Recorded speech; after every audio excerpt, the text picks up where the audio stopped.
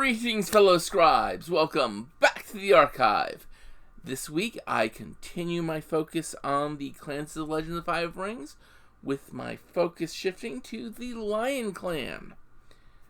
The Lion Clan are the right hand of the Empire. They are the generals of the legions, the foremost experts on all military matters within the Empire. Of course, the Akoma family within them are also the keepers of the histories of the Empire. A detailed record of everything that happens. So, with that, sit back, relax, and enjoy as I talk about the Lion Clan. There is a belief among the Lion that to understand a man, watch how he dies. And for no one else is that truer than with the kami Akodo One Eye. You see, it is many years after the defeat of Fuleng on the first day of Thunder. And old Akodo is regretting that he never got the opportunity to die in glorious battle. That he is dying of old age. And as part of his duties, he's going to inspect the construction of the Akoma Great Library and the Hall of Ancestors. While he is there, a scout from the nearby area comes rushing up. This scout is wounded, is coughing up black blood, and reports that an army of beasts, of creatures, are coming out of the Shinomen Mori, through the Shinomen Pass, towards where they are. And Akodo looks at the situation. He cannot call up reinforcements. He can't call for help because it is only a couple days from the Shinomen Pass to where they are, and by the time any help arrived, the Great Library and the Hall of Ancestors would have been destroyed. So he makes a decision to take the lion bushi he has, go to the pass, and try to stop these things. He leads them to a choke point and tells his 100 samurai, use the terrain to your best advantage. And the battle is vicious. The samurai use their tactics, their knowledge of the terrain, so that each one of them that dies, 5 of these creatures are lost. And that worked for a while. But there were only 100 samurai. There were many more of these creatures. So the battle waged on, going down first to 50 samurai, then to 25, then to 10, then to 5, then to 1. And Akodo stayed back during this fighting. He was observing, he was watching, he was smiling proudly at how his teachings had worked their way into his samurai. And as the last samurai fell, Akodo reached deep into himself, finding the last shreds of the divine power he had when he fell from the heavens. And with that last shred of power, he released a great shout. That shout loosened a pebble. That pebble loosened 2 more. Those pebbles loosened a few more as they fell. And slowly the pebbles gave way to small stones. And then the mountainside came crashing down, burying this great army of ogres and trolls, but also burying Akodo. The pass was never cleared, and there is a shrine on the top of it that says that this is where Akodo died. And that is the story of how Akodo One-Eye, the kami of the dragon, passed from this world. Of course, there's also the story of Akodo's interaction with Shinsei. You see, Akodo listened with the rest of the kami when Shinsei addressed the emperor. And Akodo's reaction was not happy. In fact, after the great lesson was completed, when Hante was in mid-sentence speaking to Shinsei, Akodo stood up and spat on the ground. The Emperor, Hante I, turned to Akodo and goes, "Why do you do this thing?" And Akodo goes, "His way is not my way." Shinsei looks at Akodo and goes, "It is not my way, it is the way of the world." Akodo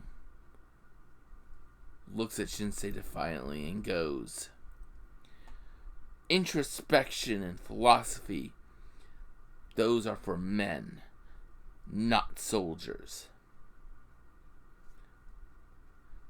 And Shinsei looks at him and goes, "It cannot be one thing, for if it is not, then it is not another." And Akodo just shakes his head. He draws his katana from his saya and holds it up. "His way is not my way. This is my way." And he held his sword gleaming in the light. And walked off. Then turned and walked off. When he got back to his lion lands, Akodo issued an order that the Tao Shinsei will not go into any lion dojo. The Emperor, upon hearing this, not only countermanded the order, but went to the opposite extreme, requiring that the Tao Shinsei be put in every lion dojo. And to this day, there is a copy in a place of honor between Bushido and Akodo's leadership. And not a single copy has ever been opened. The Matsu family are well known for their warrior women and for their matriarchal structure. And this traces itself back to their founder, Lady Matsu. You see, when Akodo was doing his great search for warriors to join him, for those to stand beside him, he passed through Matsu's village. And Matsu, she was a sensei. She trained students in this village. which was not too far from Otosanuchi. And every time Akodo would come through this village, he would try to talk Matsu into joining. And here's the thing. Matsu looked on disdain on his men. She considered them all unworthy warriors. But Akodo continued asking her to join, asking her to marry him every time he came through. And eventually, Matsu decided that this was an insult, and she demanded that Akodo meet her on the field of honor. The terms of the duel, as proposed by Akodo, were that the winner of the duel would lead the lion, and the loser would join as their servant. Matsu put another set of conditions out. That if she won, she would marry Akodo. But if he won, he could never again ask her to marry him.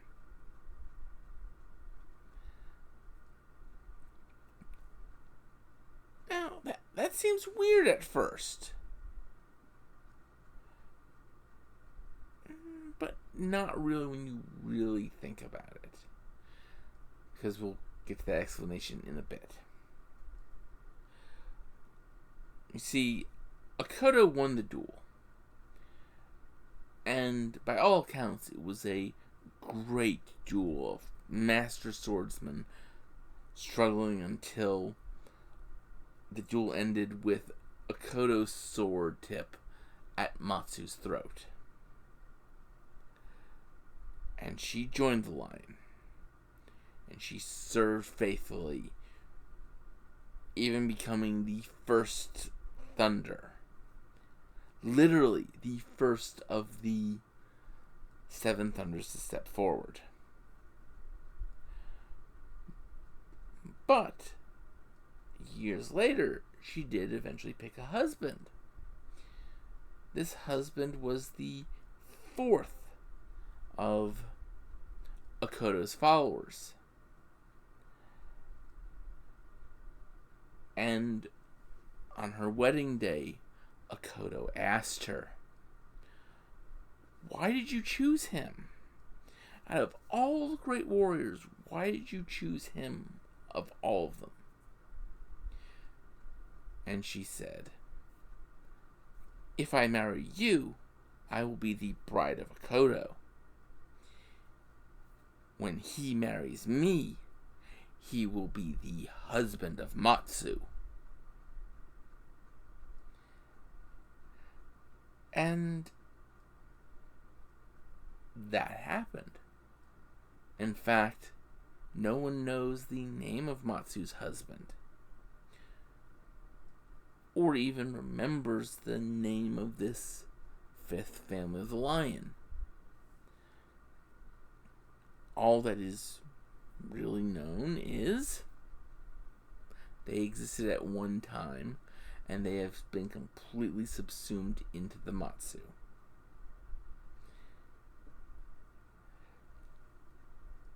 And that is the reason for the odd addition Matsu did to the terms. You see, if she had won the duel and been the leader of the lion, then, despite him being a kami, Akodo still would have been the husband of Matsu.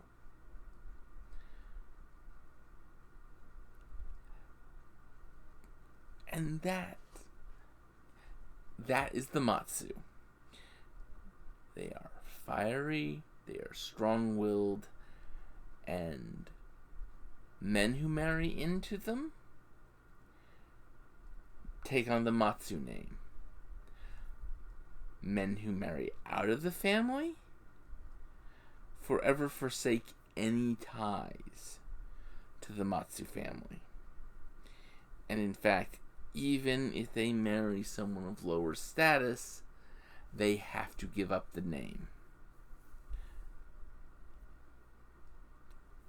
Because that's the Matsu for you. The Ikoma family and the Kitsu family of the lion, you have to talk about a bit different from the rest. They are both the past of the clan in their own way. The Ikoma are the historians. They are also the courtiers. Their job is they remember the history of the lion. They document the battles, the victories, all of that. What's funny about the Ikoma is Ikoma himself was a drunken brawler. And because of that, there's a split side to the Ikoma family. On one hand, they have their mediation duty. They're neutral with regards to all the other families. But at the same time, they have a school, the Lion's Shadow, who basically are the family that does all the stuff a good, proper lion shouldn't do. Because, that stuff still needs to be done, regardless of whether it's within the realms of Bushido or not. These are the people who will break into some place to get the info. Or maybe they'll arrange an accident for arrival of the lion. But they're a small school. The main school for the lion, for the Ikoma, is the Omadaisu, the Ikoma bards. And they tell the stories. It's funny that how they generally sway perception, sway people in court, is they tell a story and then go, that's how our ancestors did it. Are you saying that that's not good enough? Why do something different? And they play on history and tradition. On the other hand, you have the Kitsu. They are the spiritual history of the clan. Their magic is exclusively ancestor related. They communicate with the ancestors. They don't really talk with the kami in the same way the other clans do. And that's a unique factor of them. And there are those among the Kitsu who have an even greater connection and can do things like channel different ancestors or summon up different ancestors to talk to them and get their guidance. And that is really what the Kitsu do. They are the hey, let's go ask this long dead lion what really happened here type approach to things. But I'm going to end this video, or end this discussion, with one last story. to me, this story sums up the lion completely. And Akoma and his wife were a delegation to the Unicorn Lands. And their small child, like 4 years old, went missing. The Akoma's wife came to him and told him, "Our daughter's gone missing." He just kind of took a moment and said, "Send samurai to search the fields, the stream, and the forest edge." And then he continued on with what he was doing while the wife strode off to relay his instructions. The next morning, the daughter still had not turned up. And one of the unicorn asked, we know this land and we can help track. Could we send some of our scouts out, see if they can find your daughter? The Akoma sat there for a few moments, watching the training, and said, "That would be appropriate. But, of course, do so after you've finished your morning training. Everything in its own time." And so the unicorn sent out people, and in the search, a cry went up. Learned that they had found the daughter. And the mother and the father and a couple other unicorns went to where the shot came from. And they found a Shinjo Bushi holding a knife in his hand, pale-faced, with trembling hand. And as they came down into the cleft that he was in, they found the daughter. Her bare foot, was on a snake. Her foot was pressed just behind the snake's head, at that spot where she could keep her foot there and it couldn't turn to bite her. And if she had ever moved during that night, the snake would have turned around and bit her. And the unicorn knew it as one of the deadliest snakes in the region. And they tell the parents this, and they are just amazed because they realize that the girl must have stood with her foot in that spot all night without moving. Now understand, this is a 4-year-old girl. Look, putting this into perspective. And the mother finally scoops the daughter up as she's asked, "How many children do you have?" Mother responds, "I have only one, but she is a lion." With that, I hope you come away with a greater understanding of the Lion Clan. Next week, I will be talking about the Phoenix Clan. So until then, I'd like you all to remember to have fun and keep gaming.